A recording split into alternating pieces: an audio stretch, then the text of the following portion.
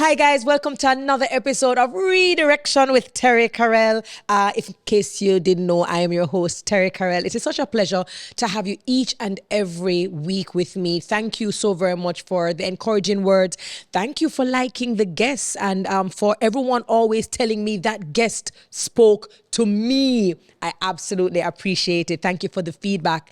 This podcast is brought to you by MasterCard in association with Heineken 00 and Toyota Jamaica. Now, just in case you guys didn't know, we have a new website, redirectionpodcast.com, where you can absolutely go and look at episodes, not just this one, but those that have been done in the past. But also, I want to remind you that if you believe you are someone with a great redirection story, or perhaps you know someone with a great redirection story, please go ahead, visit redirectionpodcast.com, send in that email, and we will absolutely take it from there. If you are sharing, posting, talking about it on social media, kindly use the hashtag TKRedirection. It's really good to be back, and I'm so happy that you love the stories.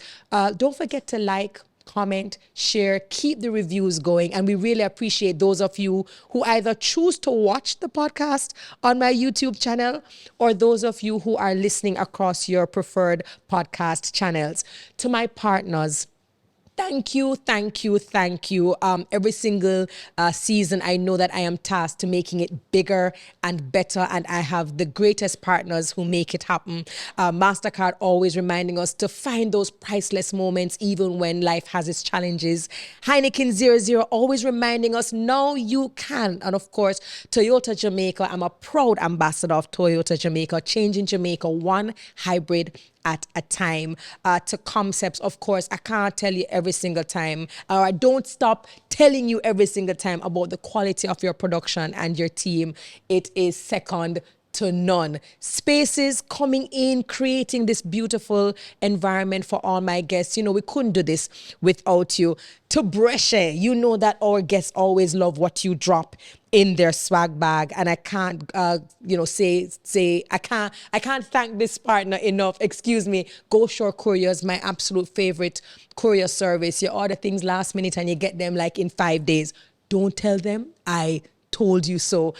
Beauty brands by MDS. We've heard a lot of stories of people talking about how challenging life was, how rough life was, and MDS and beauty brands, what they try to remind you of, especially through their brand Tree Hut, is that self-care is never selfish. It is absolutely important. Toni Aiken, my super sign language interpreter. I can't thank you enough. So many people say that they like the podcast because it is inclusive, and I would not have it any other way. FHC Credit Union in the building, telling us that whatever we do, even with our challenges, make sure you stay focused. Make sure that you are saving and trying to be financially responsible. Again, I could not do any of this without our partners. So as usual, the question is, who's coming next in the redirection seat? This is a gentleman who I grew up hearing about. Not even him, but rather the brand that he created that revolutionized the entertainment industry. He turned it upside down, and it is such an honor that after so many years of this particular entertainment, this brand, this stage show being out of the market, it came back with a bang this year. Who am I speaking to? I'm speaking to the one and only Sashi boss, Horatio Hamilton. Redirection with Terri-Karelle. The podcast starts now.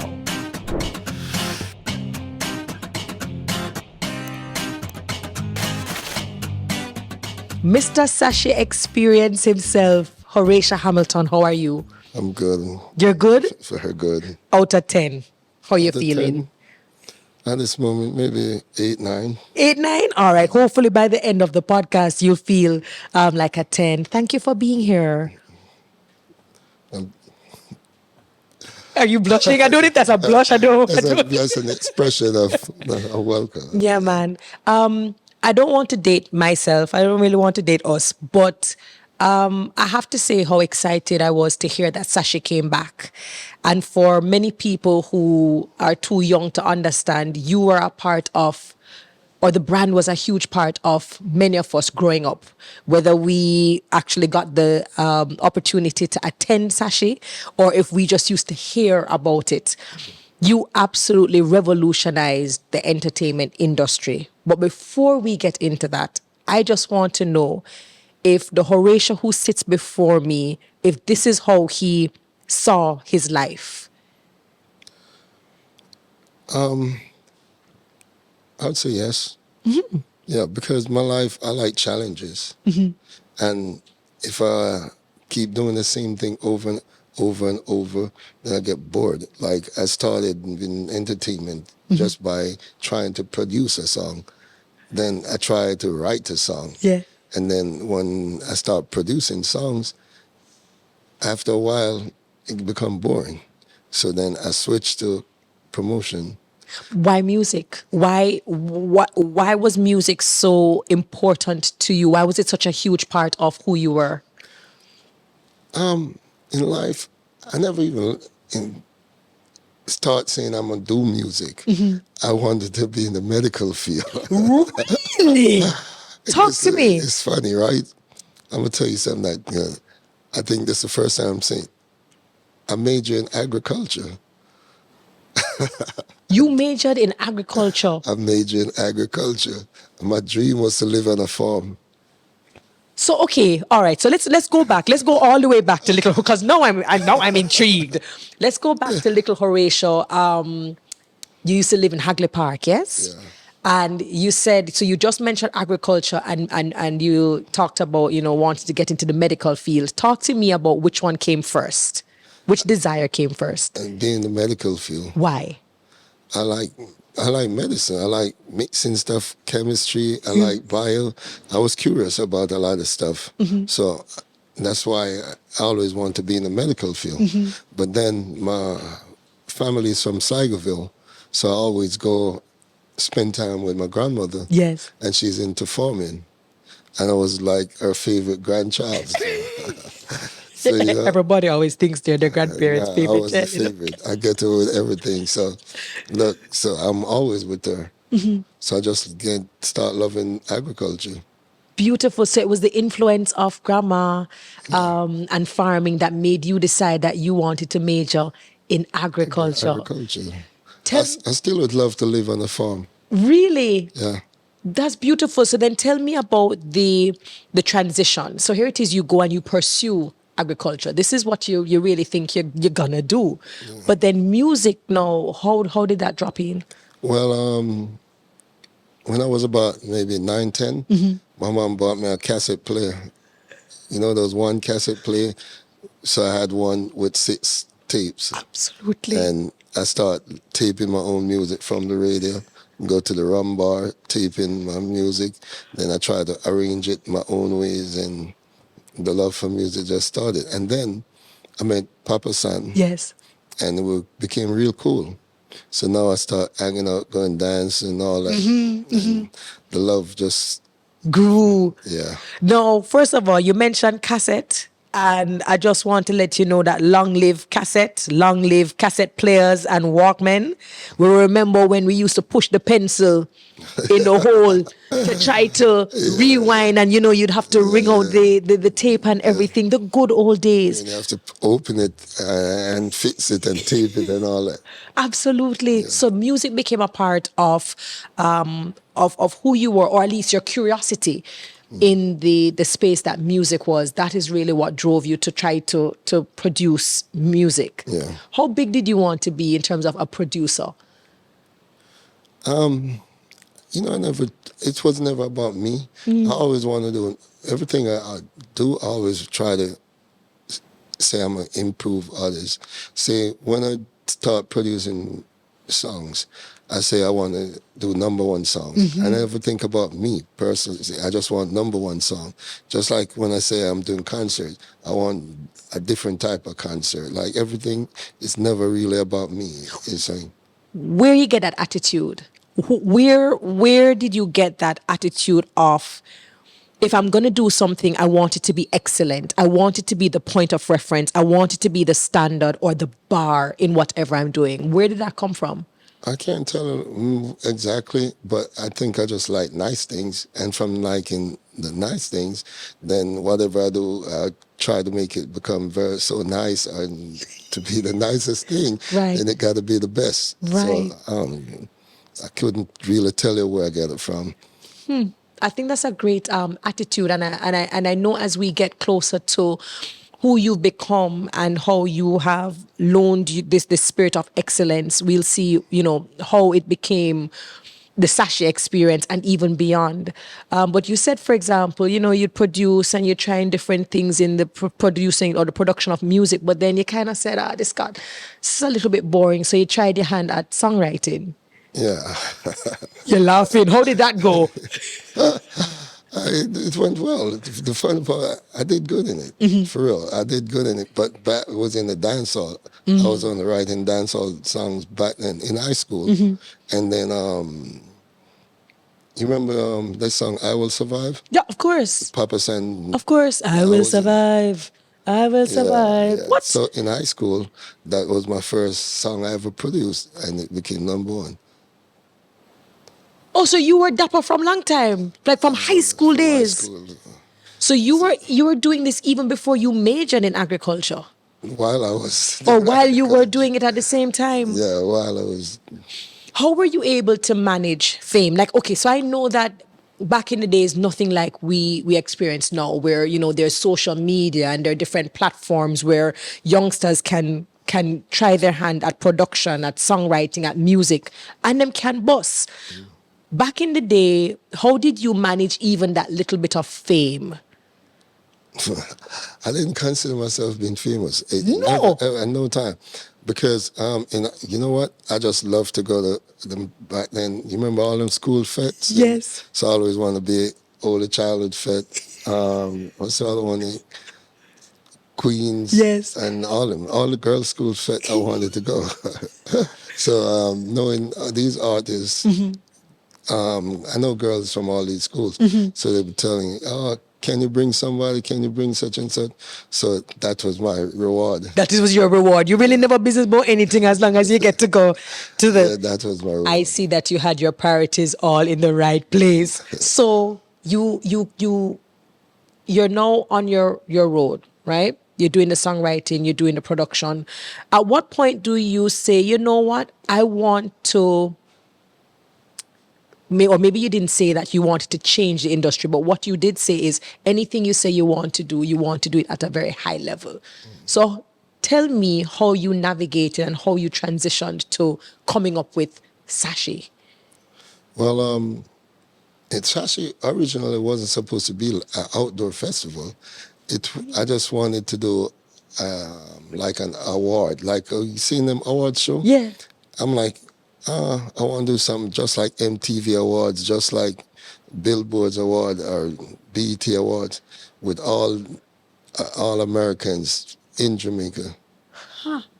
But then when I start checking it out, it's like it was too expensive and the moving parts. And then I just like, okay, I'm still going to do something, but I'm going to take all American acts to Jamaica for all the people who don't have a visa, who have never been to America. So I'm like, I'm going to do a show with all American acts. Because you remember back in the days, just one act used to be on a reggae show. Correct. Because all these shows in Jamaica used to be a reggae show. Correct. And they'll put one act. So I'm like, I'm going to reverse it.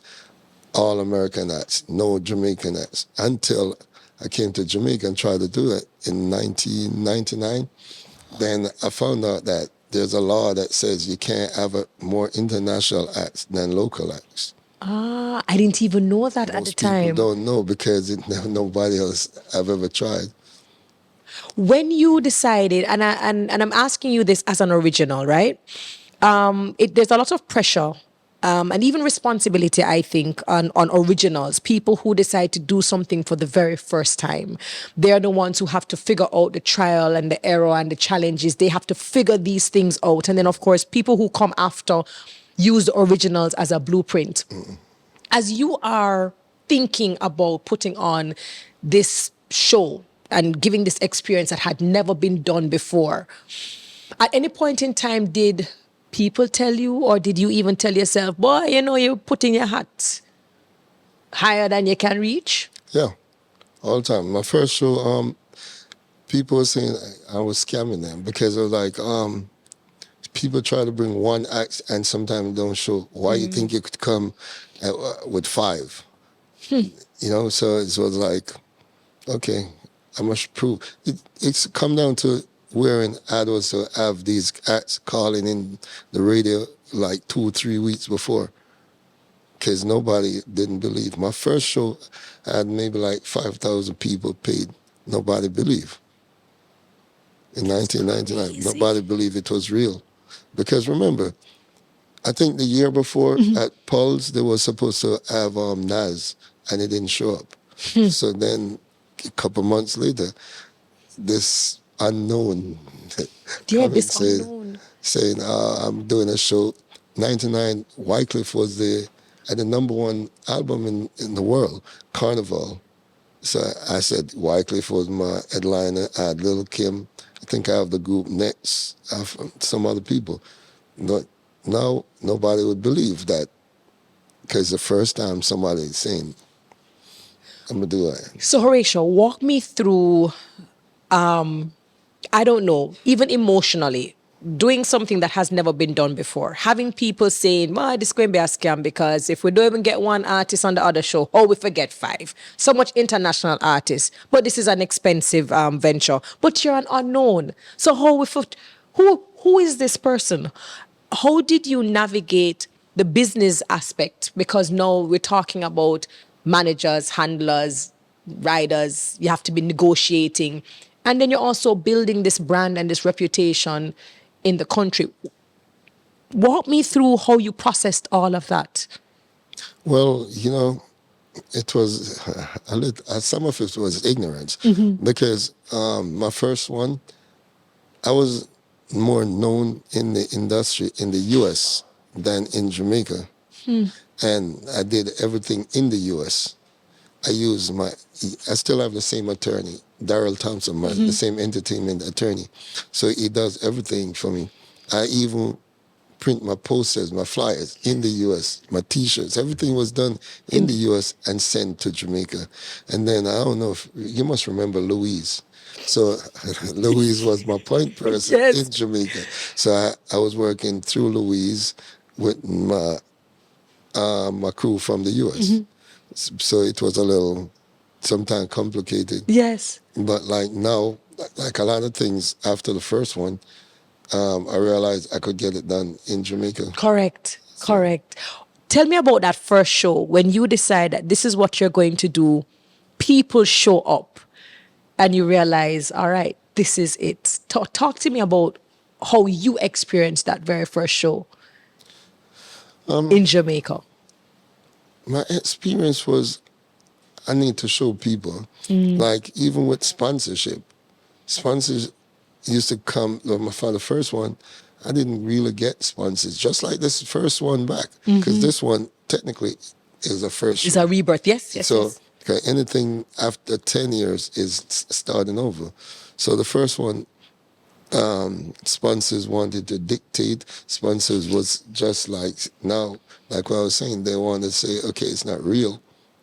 So it was a point when I can't be bothered. I'm going to just do everything myself. And next year, and then saying, next year you're going to pay. Wow. So that's what I did. So after the first one, everybody shows up, and we have Wesley Snipes, we have Johnny Cochran, we have Stephen Marbury, we have so many people in the audience just walking around. They're like, it's the place to be. So the next year, it was people didn't ask who is the headliner. They wanted to be a people part. People wanted to be a part before. Because the following year, I had 2 headliners. The following year, Snoop had the number 1 album just before summer, and then Brian McKnight who came through with his. You remember all them songs? You to just want to be with you. So you backed them. So what I did, I booked both of them as a co-headliner for that year. Wow. So it was just, from the. Even if you didn't attend Sachet, everybody spoke about Sachet. Even if you weren't old enough to attend Sashi. Everyone knew about it. It was the place to be, as you rightfully said. It was almost as if you were not on that stage, were you even credible? And we saw it get bigger and bigger and bigger. Talk to me even about scaling, because we do have a lot of listeners and viewers who are in businesses right now, who are trying things for the very first time, who may not be getting the support, have tried it. Maybe they're on their first or their second, maybe not necessarily as a stage show, but different projects. Talk to me about the process of scaling and what were the lessons that you learned when you were now scaling Sashi? Well, my views on life and things is a bit different from most people. Like, I never in life think there's something I can't do. So when I face with different challenges, I use it to motivate and push me. I never, not because I run into different challenges, I look at it and say, okay, I'm going to stop. It really drives me more. It's just like with Sashi this year, we faced some challenges where we could have stopped and we still go Push through. And we still give you, like Saturday Night Alive, we still give you a good show. Which in now, all the hiccups we have on Saturday night, I promise, we'll never have them again.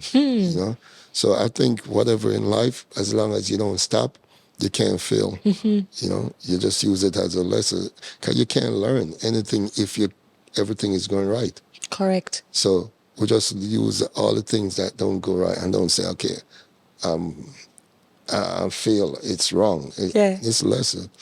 I live my life off, I think they call it baseball analogy, wherein if you look at guys becoming Hall of Famer with 200 average, 300 average, that means for every time at bat, they miss 7 times, 3 times. But with a 300 average, they still become a Hall of Famer. So that's why I live my life of, like, I don't get it today, I'm going to get it. Nice. And what about the people, the teams, because whenever you have a brand, you have a project that you certainly want to, and as you rightfully said, you're not doing it for yourself, but it's because you want to give something of value to a community, to a group of people to enjoy. What about the team of people that you have around you or had around you? What are some of the things, the traits, the characteristics you look for in great team members when someone like you also requires the buy-in from people to get a job done? Well, I always try to find one person who everybody could get along with. And then it's never about me. It's always about that one person at the top. And then I never try to find a person who want to be a boss. I like to find a person who everybody could really look up to in terms of love and respect. And once you find that person, everything always works out. Yeah. Beautiful. I actually like the fact that you said not necessarily someone who wants to be a boss, but rather someone who's a servant leader. I find leaders who are willing to listen, willing to learn from rest of the team and willing to serve the rest of the team. And I see you laughing. I'm laughing because it's so funny. From I start session 1999 until now, the leader of every year or the team always be a female. All my teams will always be female. I always have a female group. Racial. He's way ahead of his time, way before we even started seeing women in leadership positions. But I appreciate you understanding the value and the diversity that female leaders can bring to a table and a project. So Sashi is doing well for how many years in Jamaica? The first... You started in 99. 99, and then until we had 4 shows straight to 2002, and then that was when the break, and then we just came back now. All right. So for persons who are not familiar, because you just came back, it was just announced. I was in Guyana, unfortunately, because I would have been there per my teeth. Sashi gets to the point where it is massive, and then all of a sudden there's a disruption. There's a disruption not just for Sashi, but for you personally. For persons who are coming across you for the very first time and they're getting to know you, what happened? Well, back in the U.S., I was arrested on a marijuana conspiracy charge, and I went to trial, a blue trial. I was sentenced to 25 years. I ended up doing almost 18, 17 years and 10 months.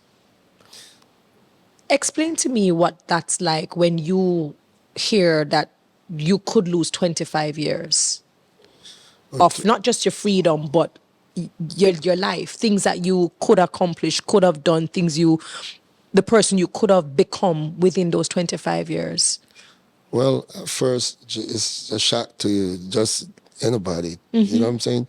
So, but I have this thing about me where I don't hold on to anything too long. So I accept reality real fast. So after about 2 years, I still every year I keep trying. You know, like I went back and appeal. I get back 5 years.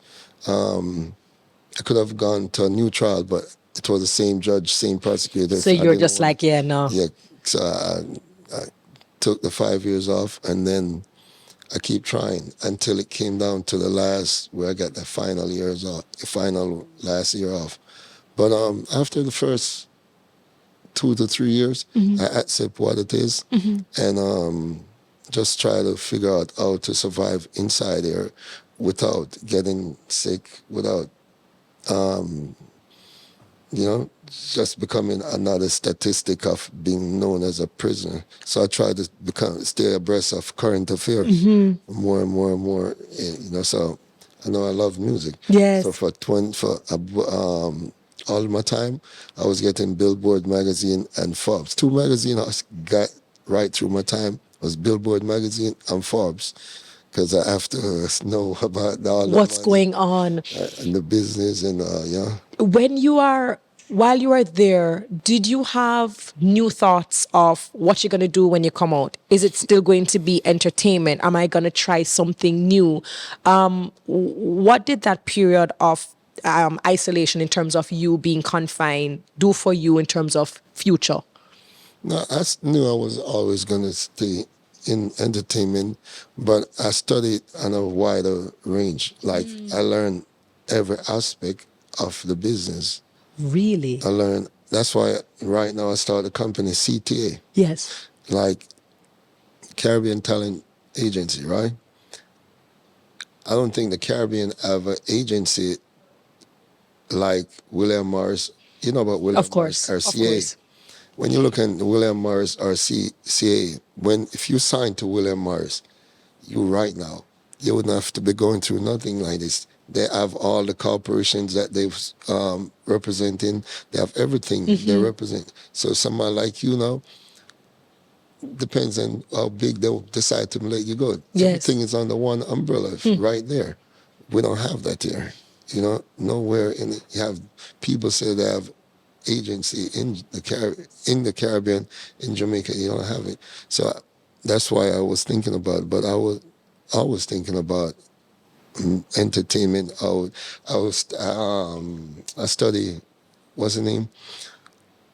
I was cool with those people at AEG, right? I can remember Live Nation and AEG was the two biggest promotional Yes. company of all time. It was AEG first, and then about 5-6 years after I got arrested, Live Nation took over when they bought Ticketmaster. Yes. And then after buying Ticketmaster, they bought Clear Channel. Remember about Clear Channel? Wow. Clear Channel is the number one radio station nationwide in the U.S. They had like 1,500 FM, 2,500 AM station. Then somebody come with iHeartRadio. Yes. They merged with iHeartRadio. And then they bought Maverick, the management company.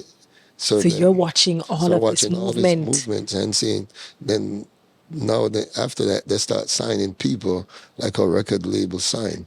So the first one that signed was Madonna, if you remember that. And they gave her like, what, 150 million to tour only for them. Then they signed Jay-Z, give him that 3 different 50 million, one for Rock Nation, one for Rock Nation Sports, and one for the agency.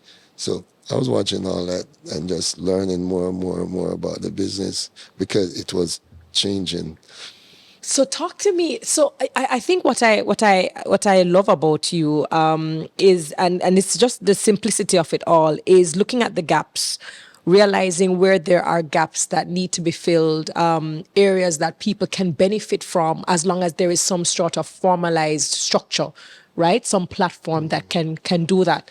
So CTA is something that you actually maybe you planned while you were confined or you did it when you came out. No, I came out with the plan.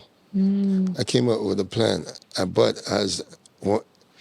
thinking about something and bringing it to life is two different things. Absolutely. You know, it's just like I'm saying, in one of the first thing I wanted to do was to do tours. Yes. I wanted to do reggae tours throughout the U.S. Yes.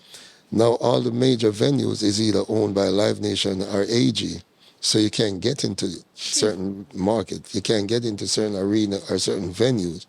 You see what I'm saying? So, but then my thought was, how can I get into mom and pop's region? Yes. So I was saying I'm going to sign all promoters, not necessary as to under CTA, but to partner up with promoters, say from Florida, all them small venues. Let's collaborate, but back let's to partner. Massachusetts. Yes. But then, because of ignorance, you face so much challenges from these guys.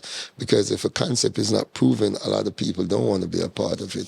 So when I came out from phone calls and making calls, I realized this is a little bit more challenging Than you would have anticipated. Yeah. While you were confined, what about support? What about support? I've always heard, and it doesn't even have to be a matter of confinement, but whenever people are not riding high, people fall by the wayside. There are people who no longer support you, no longer call you, no longer in your corner. Is that something that you had to deal with? Yeah. Listen, in life, whether you're arrested or not, just like you said, if you live in a life of 10 and you fall to 5, then you see a difference. So imagine, like me, 2005, I was a scale of 1 to 10, maybe I was at 11. And within less than 24 hours, I was at 0. So you could tell there's a big difference, right? So, but sometimes it's good because certain people just take themselves, certain people you don't have to say, go or try to get rid of them. They get rid of themselves. At first, it hurt you because you're going to think about, all the things I've done for such and such. So you start to think like my life before, right? If no matter what I want to do in life, no matter what I want to get done, I would have 5, 6 people Yes. ready to do it. Yes. Now you're making a call. Even if you find one person, that person, okay, I get it done. You call back tomorrow, next week, it's still not done. So it becomes frustrating. But after a while, I realized, okay, I ain't gonna call these people no more, So I stopped depending on people. And I had my sister, I have my mother. Yeah. And I have a couple of friends too, So it's like, at one point, I used to have so much carry inside of me and saying against people. Yeah. I used to have a lot of hatred against people, but then I let it go. Because I used to see these people as bad people and say, okay, after I did all this thing for you. This is how you repay me. But then I realized these people not bad people. I made bad decision. Because if you need help, right? It's only your right and duty to seek help wherever you could get it. So if I need help and I say I could get help from you and I come and talk to you and you'll help me without a verbal or written contract, no, you have no more help to me and I have move the right on, to go elsewhere. And I move on. Does that make me a bad person? That doesn't make me a bad person.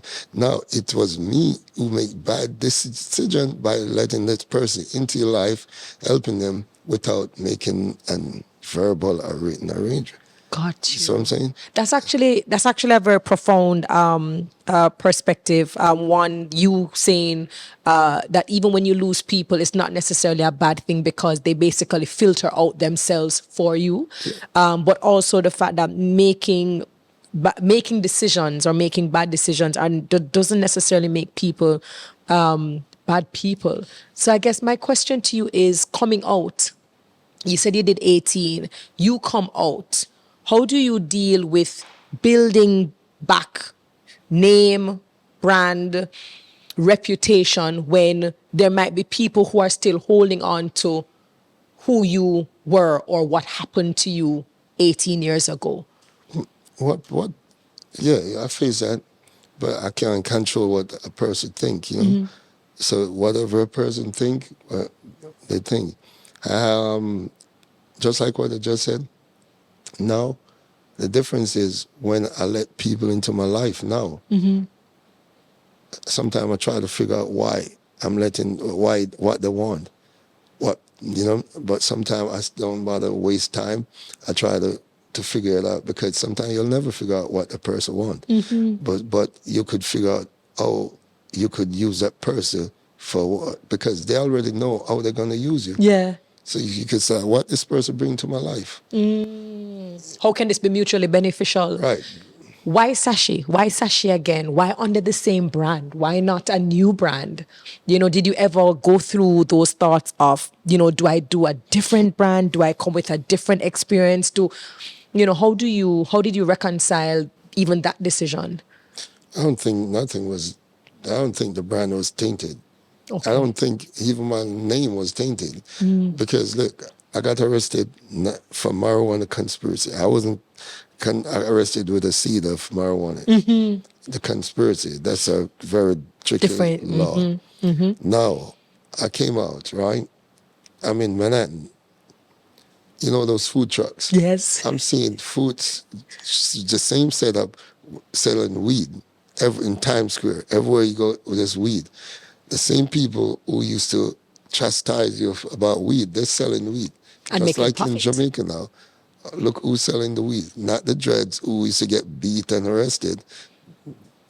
It's no commercial and profitable. So what I'm saying is it's nothing for me to be ashamed of. I got you Google my name, put it in search engine, you call it marijuana conspiracy, conviction, whatever.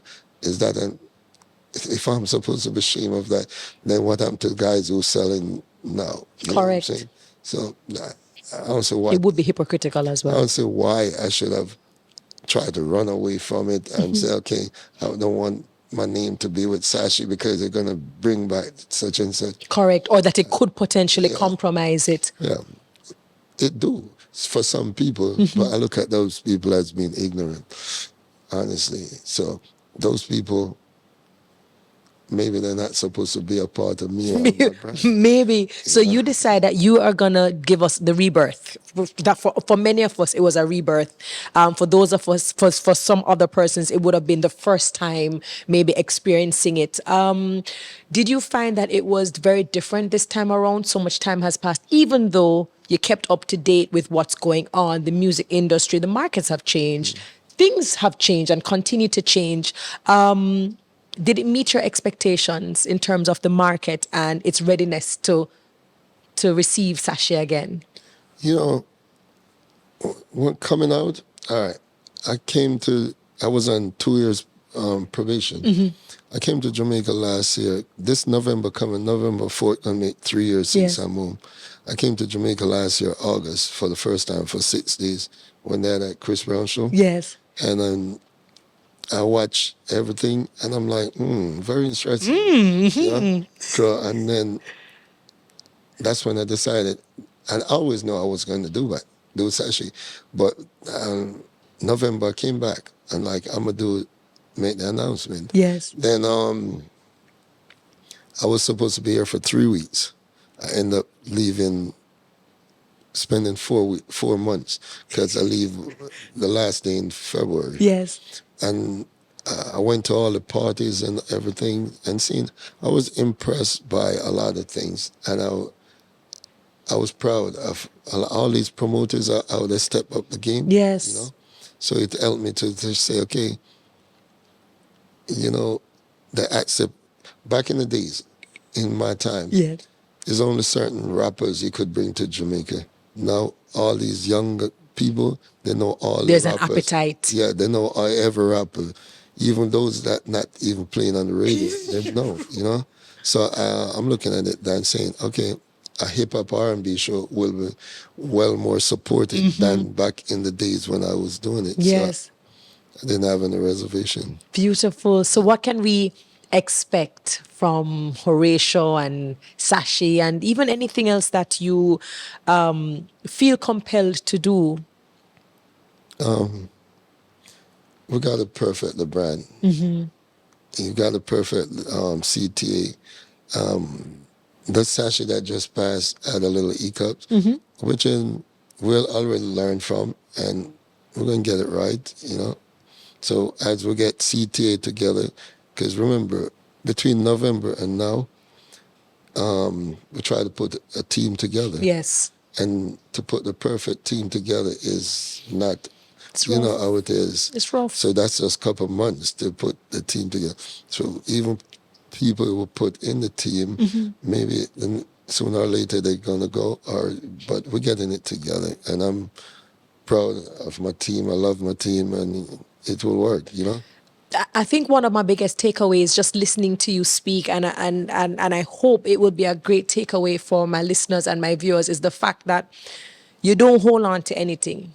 You make a mistake or you realize that something didn't go according to plan or as it was expected, you learn from it. You don't beat yourself up or even the team, but it's more of a, okay, what did we learn and how can we now put this into operation the next time at a higher level. And so many of us walk around carrying a lot of burden, shame, embarrassment from mistakes that really are lessons that we need to take on.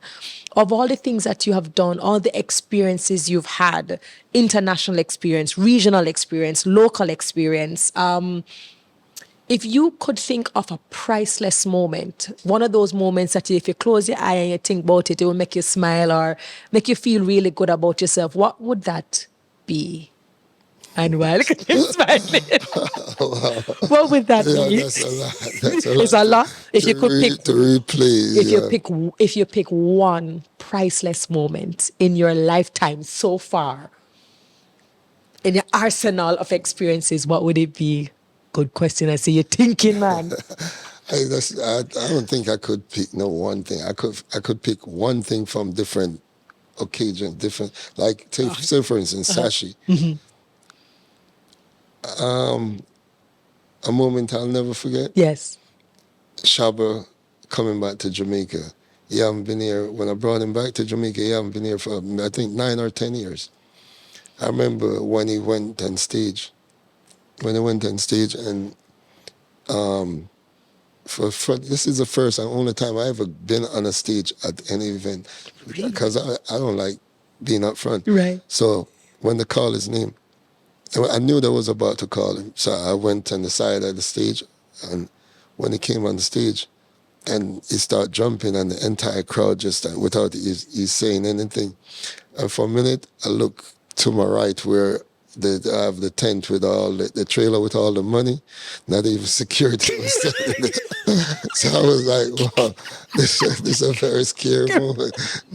Yeah, I'll never forget that. We're looking around after about 2 minutes. I look, nobody protecting. That was like, I'll never forget that. Oh my gosh. So how about, I swore that your story was going to go something like, boy, you know, Shabba go on the stage and was jumping and then him invite me on the stage and then I was jumping. Somehow I thought that is where that story was. But you look around and you realize everybody jumping because everybody happy to see Shabba that right you know. My little investment over there, nobody not watching it. Nobody, no security. That's a priceless moment. And Shabba will always be that performer. Yeah. And I think anybody who brings him back in the near future will get a huge turn out and people will fly in to see Shabba. But of course, the next time you do that, of course, your investment and your tent and everything will be fully secured. This podcast has always been about redirection, right? The fact that it's life, and life has its ups and its downs and its challenges, and sometimes we have to take those things and we have to be redirected. And I'm certain that in your lifetime there was a lot of redirection. If I could ask you to, in your words, define what redirection is, what would you say? That's another one. You're the man for the job. What would you say redirection is? Redirection to me is trying a lot of things. I don't like using the word feel, but trying a lot of things, and then you learn from what you think was the perfect one, and through the lessons of life, you realize that, okay, this is not it. But I never failed. It was just a part of leading me to the right path, you know? Because sometimes we start something like in life, but we're creatures of habits, so we don't like changes. So we're not going to get up and just change when things is so-called right. This is what we're accustomed to. So God works different, you know? Sometimes you're going left and you're supposed to go straight or right, but we're not going to stop without something drastic happen. So maybe something happened that stopped us. Yes. So from being stopped, then you got to take that time and figure it out that it's not a matter of me being a failure or it's just a matter of taking time to think about it. So when I get back out there, I don't continue left, I go right. You know, it's like my life. When I got arrested, I look at it after about 4 or 5 years, and say to myself, this is not me being arrested. This is more like me being rescued. You know? So it's more something like that. Really? Why rescued? Why rescued? Yes. Because a lot of my companies, a lot of things that I take for granted, like this is nothing, is something that was dangerous and all of that. So thinking back, you have time. So you lay down and you think about some things you have done, places you've been to where you shouldn't have, and you take a lot of things lightly, because one time you get away by going where you're not supposed to go, so you continue going there, or, you take a lot of things lightly, but now you don't. That's extremely profound. You saying, looking at it 4 or 5 years, it was possibly that you were rescued. This was so lovely. I really appreciate sitting down with you. A lot of the times we hear about promoters, we see the different kinds of shows and experiences, but we hardly ever get a chance to meet them, to sit down with them, to talk to them. Like, I never would have imagined that you wanted to be in the medical field, but then you decided to major in agriculture, and there's a possibility that you might still, I don't know, go and grow. What particular crop or thing you would have want to grow? I don't know. It's so funny. I don't want to grow nothing. I like livestock. You like livestock? Yeah. So you talk about goat and cows, cow and pig and these things. Yeah. Wow. Never would have known that. I studied veterinary medicine in Cuba. Yeah. And one of the first things we had to do in class, really and truly, imagine you getting ready. I guess what I studied was really the culmination or the combination of what you found interesting. You got to Cuba and you think that the first thing you're going to learn, to become a veterinarian is that, you're going to start to learn how to. The first thing they told us to do was to jump in a field and corral a bunch of cows. And I said, well, what kind of thing this is? I mean, we're speaking Spanish because that's the language we had to learn in. And I said, well, what part of veterinary medicine is this? And they said, well, apart from you being able to manage your animals sometimes is if you're dealing with livestock as a vet. Sometimes you have to go out there and you actually have to wrangle the actual animal. Yeah. So you should have seen us out there in our boot and our gloves trying to catch the cow. And that was one of the first classes I had in anatomy. And so the moment you said livestock, it took me back to that, probably one of my priceless memories in Cuba. But thank you for this. And thank you for just being so open and so transparent and just so easygoing. I think you've taught us a lot about forgiving self, forgiving others, letting go, and letting God, and still holding on to a spirit of excellence regardless of the circumstances. And I really want to thank you for that. I really do. I really do. I really do. And the next session, I will definitely be there. Well, I'm going to hold you to that. Yeah, man, you can hold me to it. I'm a woman of my word. When I start my farm, you will have a job. Exactly. Horatio Hamilton, thank you so very much. To those of you who were listening across your preferred podcast channels, or those of you who are watching on YouTube, I certainly hope that you enjoyed this episode of Redirection with Terri-Karelle. Certainly let us know what you thought, your reviews, your comments, your likes, your shares. Subscribe. I absolutely loved this conversation, and I hope you did too. So I will look forward to seeing you next week. Take care.